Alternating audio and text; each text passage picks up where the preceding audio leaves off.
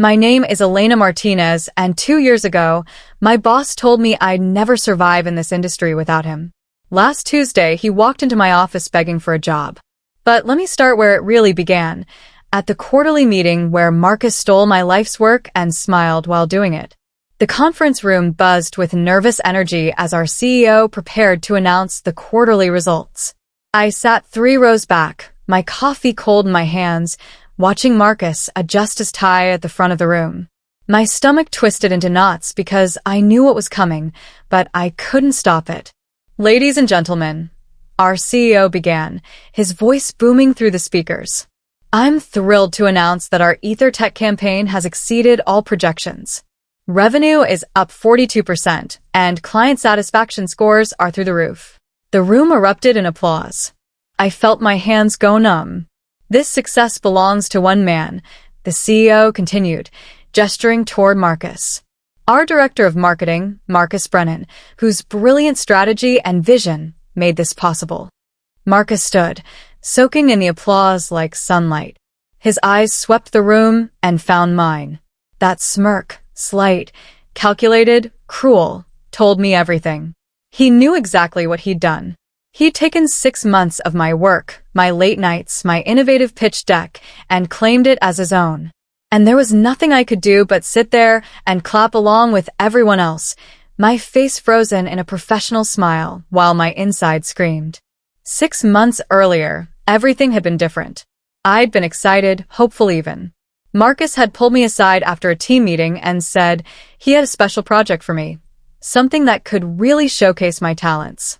EtherTech is our biggest potential client, he'd explained, leaning against my desk with that mentor-like warmth I'd trusted. They need a complete brand transformation. I want you to develop the pitch. Show me what you can do. I'd thrown myself into it completely. Every evening after everyone left, I stayed at my desk, surrounded by market research, competitor analysis, and creative mock-ups. I lived and breathed that campaign. The strategy was bold but backed by solid data, a complete repositioning that would make EtherTech the industry leader they wanted to be. I remembered the night I finished the final presentation. It was 2 a.m, and I'd sent it to Marcus with a message. I think this could change everything for them. And for us. His reply came an hour later. Brilliant work, Elena. This is exactly what we needed. Let's discuss tomorrow. I'd gone home that night believing I was finally going to break through, that my career was about to take off. I was so naive. The morning after the quarterly meeting, I marched straight to Marcus's office. My hands shook, but my voice was steady when I knocked on his door. Come in, he called out, not looking up from his computer. His office was ridiculous, floor-to-ceiling windows, Italian leather furniture, and artwork that probably cost more than my annual salary. He finally glanced at me, his expression mildly annoyed, like I was interrupting something important. That was my campaign, I said, closing the door behind me. Every single strategy in that presentation was mine. You know it and I know it. Marcus leaned back in his chair, completely relaxed. Is that what this is about? Elena, ideas are a team effort. You contributed, certainly, but leadership means synthesizing everyone's input into a cohesive vision. That's what I did. Contributed? My voice rose despite my efforts to stay calm. I created that entire pitch from scratch. You didn't change a single slide. He stood up, walking around his desk until he was uncomfortably close. Here's what I'm going to teach you about this industry, Elena. Talent without connections is worthless. You did good work, yes, but I'm the one with relationships. I'm the one clients trust. Without me presenting it, your little ideas would still be sitting in a folder somewhere. I felt tears building behind my eyes, but I refused to let them fall. So, you're just going to pretend I don't exist? His smile was ice cold. You'll never make it in this industry without me, Elena. Be grateful for the experience. The next week was humiliating. Marcus announced that his nephew, Leo, fresh out of college with 0 experience, would be leading the execution phase of the EtherTech campaign. Leo was 23, arrogant, and completely incompetent. My entire team, people I'd worked with for 3 years, people who knew the campaign inside and out, were suddenly reporting to Leo. and I was reassigned to support tasks. That meant data entry, scheduling meetings, and organizing files.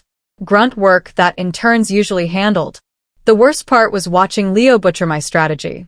In our first team meeting under his leadership, he announced we should pivot to TikTok because that's where the youth market lives. EtherTech's target demographic was 45 to 60-year-old business executives. My former teammates looked at me with pity and confusion. Why wasn't I saying anything? Why wasn't I fighting back? But what could I say?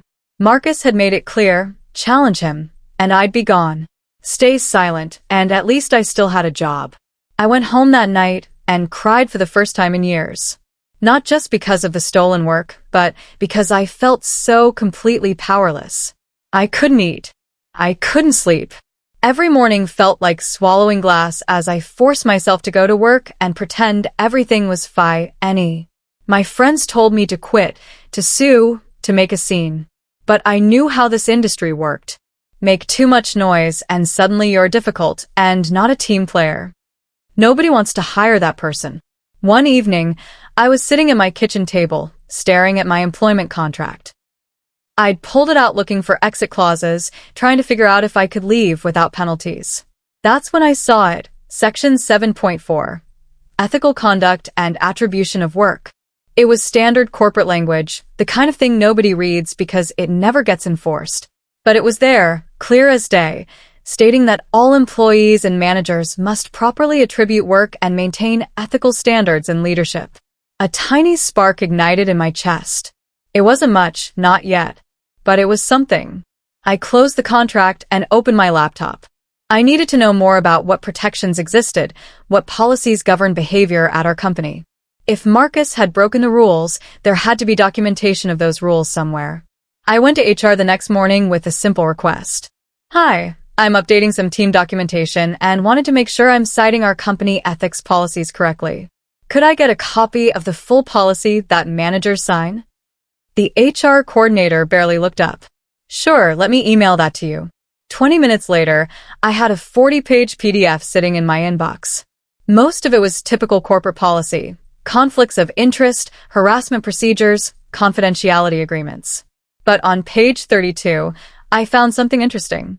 The Phoenix Clause, though it wasn't officially called that, was a rarely enforced section about ethical leadership and proper attribution of work. It stated that managers who claimed subordinates' work as their own, or who created toxic environments leading to talent loss, could face termination for cause with full board review. I read it 5 times, my heart pounding. This was the ammunition I needed. But I couldn't just walk into the CEO's office and make accusations. I needed evidence, documentation, and most importantly, a plan. That's when I made my decision. I wasn't going to fight Marcus from inside this company.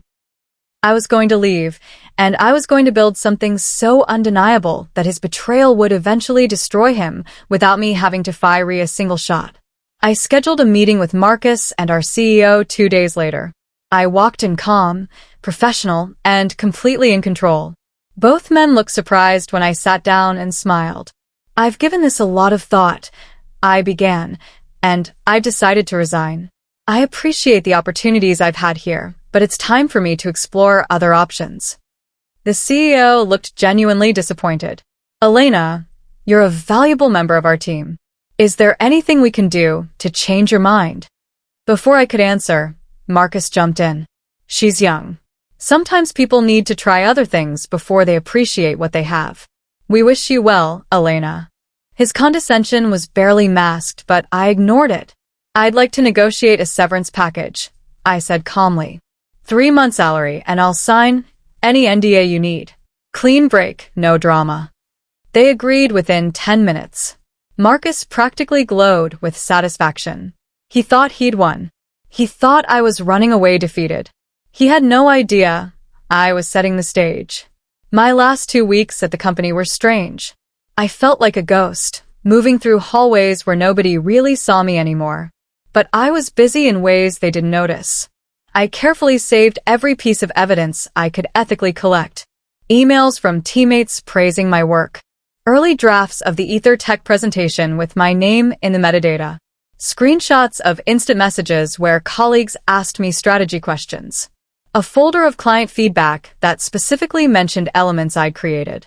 I didn't hack anything or steal confidential information. I simply saved documentation of my own work, proof that would stand up to scrutiny if anyone ever questioned the timeline or attribution of the campaign. On my final day, Marcus stopped by my desk. "No hard feelings, right?" he said, extending his hand. I shook it firmly, looked him straight in the eye, and smiled. "None at all. Thank you for everything you taught me." He walked away satisfied. I walked away free. The first month after leaving was harder than I expected. I'd saved enough money for 3 months of expenses, but that deadline loomed over everything. Some days I questioned my entire plan. Maybe I should have just found another corporate job.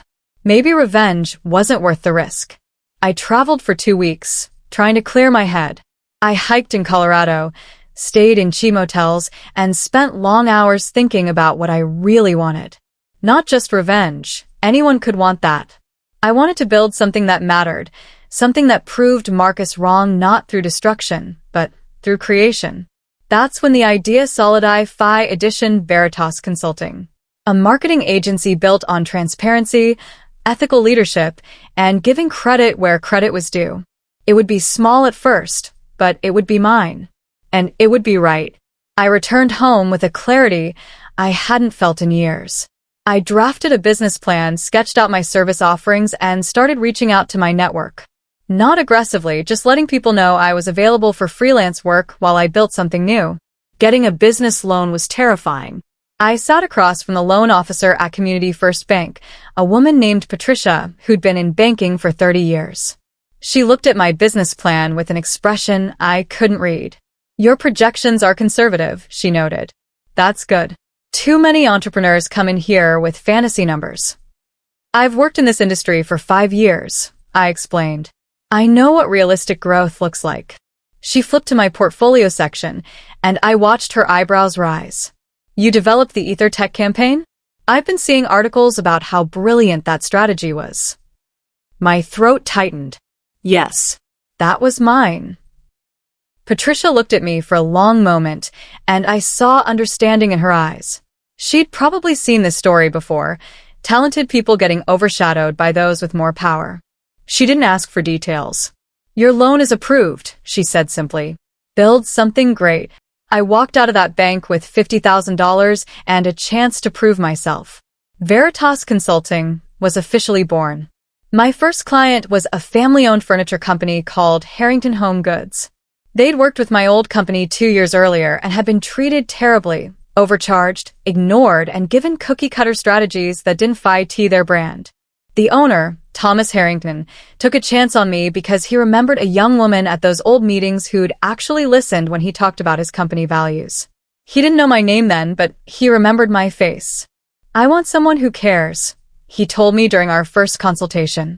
"Not someone who treats my family business like a paycheck." I poured everything into that campaign. Market research, competitor analysis, and a brand repositioning that honored their 70-year history while modernizing their appeal. The results were remarkable, a 38% increase in website traffic and a 25% boost in sales within 3 months. Thomas was so pleased he wrote me a testimonial and referred me to 3 other businesses in his network. Veritas's reputation was starting to build, one satisfied client at a time. For months after I left, I got a phone call that changed everything. It was from a former colleague named Kira, one of the best designers I'd ever worked with. "Elena, I can't do this anymore," she said, her voice exhausted. "Leo is impossible. He changes his mind every day, blames us for his mistakes, and Marcus just backs him up. I'm losing my mind. Have you thought about leaving?" I asked carefully. "Every single day. But I don't know where I'd go. The job market is brutal right now." I took a breath. "What if I told you I started my own consulting firm? It's small, but we're growing. I could use a talented designer." The silence stretched out. "Then, are you serious?" "Completely serious. Same salary as you're making now, better hours, and actual respect for your work." She laughed, and I heard tears in it. "When can I start?" Kira became my first employee, and she brought something invaluable, insight into what was happening at my old company. The EtherTech campaign was struggling. Leo's incompetence was showing, and Marcus was scrambling to fight exit without admitting he'd lost the person who made it work in the first place. According to Kira, the problems at Marcus's department were getting worse. Leo had decided to redesign EtherTech's entire website without consulting anyone, using a color scheme that violated their brand guidelines. When the client complained, Leo blamed the design team. 3 more people quit within 2 weeks. The department that used to run smoothly under experienced leadership was now a revolving door of frustrated employees and missed deadlines. Marcus, too proud to admit his nephew was the problem, kept blaming everyone else. This generation doesn't know what hard work means, Kira heard him tell the CEO. They're all entitled and lazy. But the results spoke for themselves. Client satisfaction scores were dropping. Projects were going over budget. And the EtherTech campaign, once the crown jewel of the company, was underperforming. I didn't celebrate when Kira told me this. I felt no joy in watching a department fall apart. But I did feel vindication. Everything Marcus had said about me, that I was nothing without him, that I'd never succeed, was being proven wrong while his own kingdom crumbled. My second major client came through an unexpected connection. One of EtherTech's former vendors, a printing company called Apex Graphics, had been treated poorly by my old company for years. Late payments, unreasonable demands, and zero respect for their expertise. The owner, Malcolm, had heard through industry connections about my new FireM. He called me one afternoon and got straight to the point. I hear you used to work for Marcus Brennan. I also hear you're the real talent behind that Ether campaign. I developed the strategy, yes. I confirmed carefully. Then I want to work with you. We're expanding our services and need marketing help. Plus, he added with a dark chuckle, it would give me great pleasure to give my business to someone who actually values partnerships. Through Malcolm, I learned more about what was happening at my old company. The chaos wasn't just internal. Vendors were frustrated, clients were questioning renewal contracts, and word was spreading that the marketing department had lost its edge. People are starting to ask what happened. Malcolm told me over coffee. The smart ones are figuring out that someone key must have left. 6 months after I'd walked out, everything came to a head. The account manager at EtherTech, a sharp woman named Brenda, called me out of the blue. Elena Martinez? She asked when I answered. I hope I'm not overstepping, but I need to ask you something directly. The EtherTech campaign, that was your work, wasn't it? My heart raced. What makes you ask? Because the brilliance stopped the moment you left that company. We've been trying to work with Marcus's team on phase 2, and it's a disaster. Everything that made the original campaign special is gone. I didn't confirm or deny anything directly. I'm not at liberty to discuss my previous employer's work. That's answer enough, Brenda said. Look, we're reviewing our contract. The company that pitched us brilliant strategy shouldn't be stumbling through basic execution.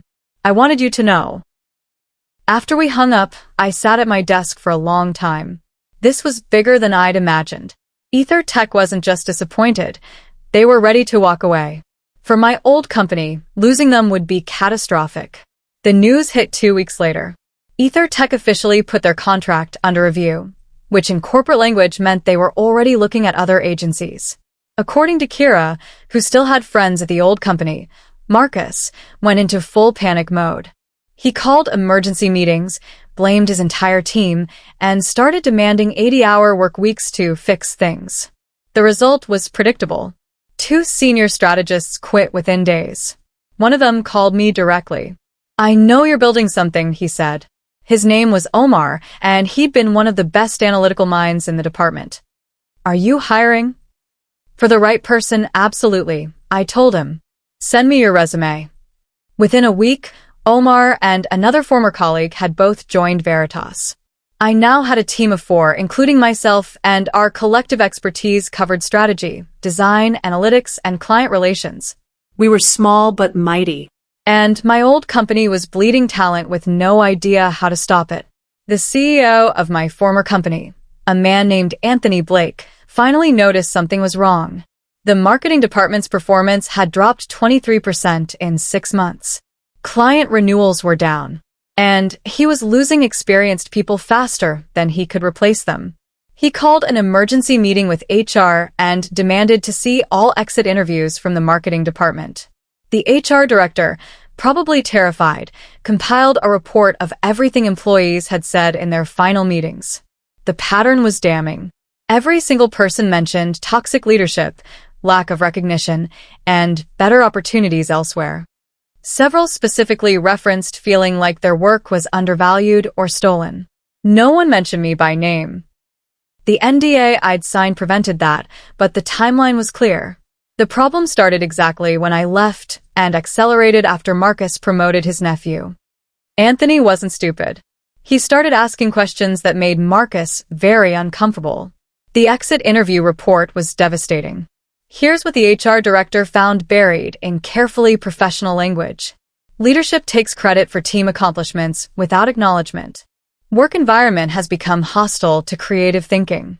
Recent management changes have created an atmosphere where experience is undervalued. Compensation and recognition don't match contribution levels. Every interview said essentially the same thing in different words. Marcus was a terrible leader who'd built his success on other people's work, and now that those people were leaving, his incompetence was showing. The HR director brought this to Anthony with visible nervousness.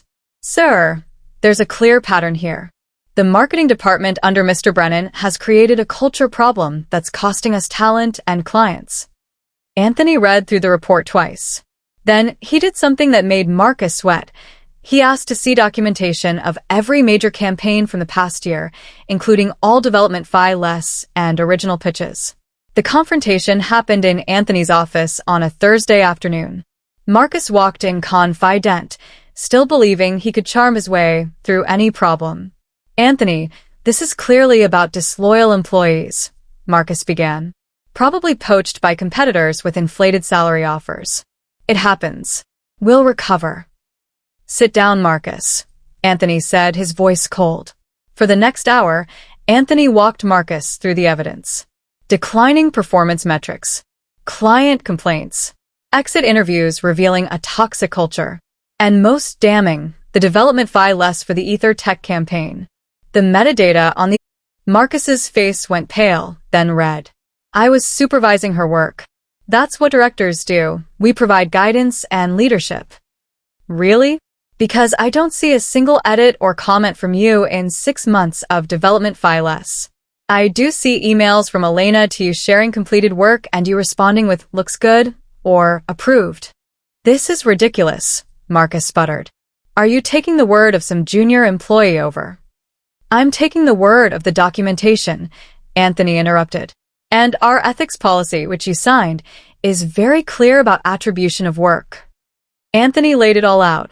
The Phoenix Clause violations, the stolen credit, the toxic environment that led directly to the loss of key talent, and now, the potential loss of their biggest client because Marcus couldn't deliver without the person who'd actually done the work. "You're fired," Anthony said simply. "Effective immediately for cause. Security will escort you out." Marcus stood up, his face twisted with rage and disbelief. "You can't do this. I've been with this company for 12 years. I'll sue." "With what evidence?" "Everything in our records shows you violated company policy repeatedly. You're lucky I'm not pursuing legal action for the damage you've caused." Anthony picked up his phone. "Security? Mr. Brennan is ready to be escorted out." I didn't learn about this until weeks later, but when I did, I felt a strange mix of emotions. Satisfaction, yes. But also something unexpected, relief. Not because Marcus had been punished, but because the truth had come out. The system had actually worked. 6 months after Marcus was fired, Veritas Consulting was thriving. We'd grown to 12 employees, landed 15 major clients, and built a reputation for ethical leadership and brilliant strategy. I was in my office, a real office now, in a building I leased rather than my apartment, when Kira knocked on my door. "Elena, you need to see this," she said, her face pale. She handed me a stack of job applications for our new senior director position. We'd posted the opening 2 weeks ago, looking for someone with extensive experience to help manage our growing client base. The application on top made my hands go numb. Markus Brennan. I stared at that resume for a solid minute, my mind racing. My team had strong opinions when I called an emergency meeting. Throw it away, Omar said immediately. Why would we even consider him? It would send a message, Kira added, that we don't tolerate what he represents. But something made me hesitate. Maybe it was curiosity. Maybe it was the desire for closure. Or maybe I wanted him to see exactly how much the balance of power had shifted, to sit across from the woman he'd crushed and recognize that she'd not only survived but built something he could now only dream of joining. I want to interview him, I said quietly. The room exploded in protests, but I held up my hand. Not to hire him. I want him to see what I built. I want him to understand exactly what he lost when he underestimated me. After a long debate, my team reluctantly agreed. Kira scheduled the interview for the following Tuesday. The day of the interview, I wore my favorite suit, dark blue, perfectly tailored, the kind of power outfit I could never afford back when I worked for Marcus. I'd rehearsed what I wanted to say, how I wanted to handle this moment with grace and professionalism. My assistant showed him into my office at exactly 2 o'clock. Marcus walked in with his shoulders straight, clearly trying to project confidence. But I saw the truth in his eyes, desperation, barely concealed. He didn't recognize me at first. The office, the expensive furniture, the confident woman behind the desk, none of it matched his memory of the quiet employee he'd dismissed. Then recognition dawned, and all the color drained from his face. Elena, he whispered. Mr. Brennan, I said calmly, gesturing to the chair across from my desk. Please sit down. He sat slowly, like a man approaching a trap he couldn't avoid. His hands trembled slightly as he placed his portfolio on the desk. I didn't realize Veritas was your company. Would you have applied if you'd known? I asked, genuinely curious. He didn't answer. The interview was surreal. I asked him standard questions about his experience, his leadership philosophy, his approach to team management. He stumbled through answers that contradicted themselves, clearly off balance. Your resume mentions the EtherTech campaign as one of your major accomplishments. I noted, looking at the document. Can you walk me through your specific contributions to that strategy? He froze. We both knew the truth. I oversaw the development and presented it to the client. But who developed the actual strategy? The positioning, the messaging, the implementation plan? Silence. I leaned back in my chair, holding his resume between 2 fingers. Here's what I'm curious about, Marcus. This resume is impressive on paper.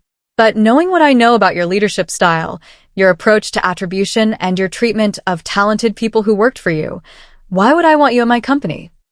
His face went from pale to red. That's not fair. You don't know the pressures I was under, the expectations. I know exactly what those pressures feel like.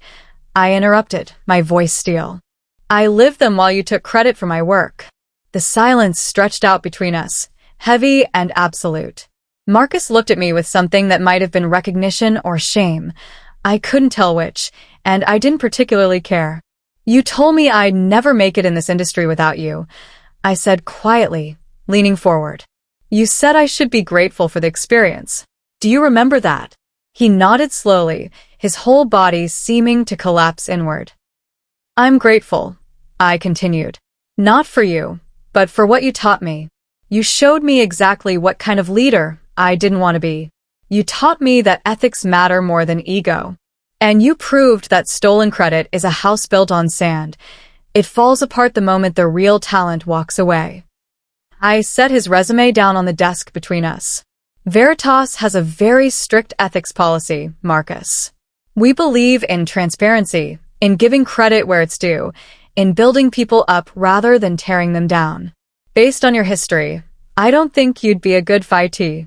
He opened his mouth, closed it, then tried again. I made mistakes. I know that now. I'm different. Maybe you are, I said, not unkindly. But that's something you'll need to prove somewhere else. This interview is over. He stood on shaking legs, picked up his portfolio, and walked to the door. Just before he left, he turned back. For what it's worth. I'm sorry. And what you've built here is impressive. I didn't respond. I simply watched him leave. This man who'd once held all the power over my career, now walking out of my office defeated and humbled. After he left, I sat alone for a long time, looking out the window at the city below. I'd won, yes. But more than that, I'd built something real, a company based on values that mattered, where talent was recognized and ethics weren't optional. My phone buzzed. A text from Kira. How did it go? I smiled and typed back. Exactly how it needed to. That evening, I took my team out for drinks. We celebrated not because I'd rejected Marcus, but because Veritas had just signed 2 new major clients and was hiring 3 more people. We were growing, thriving, and building something that would outlast any one person's ego. 2 years ago, Marcus told me I'd never make it without him. Today, he learned just how wrong he'd been. And tomorrow, I'd keep building the future he couldn't steal.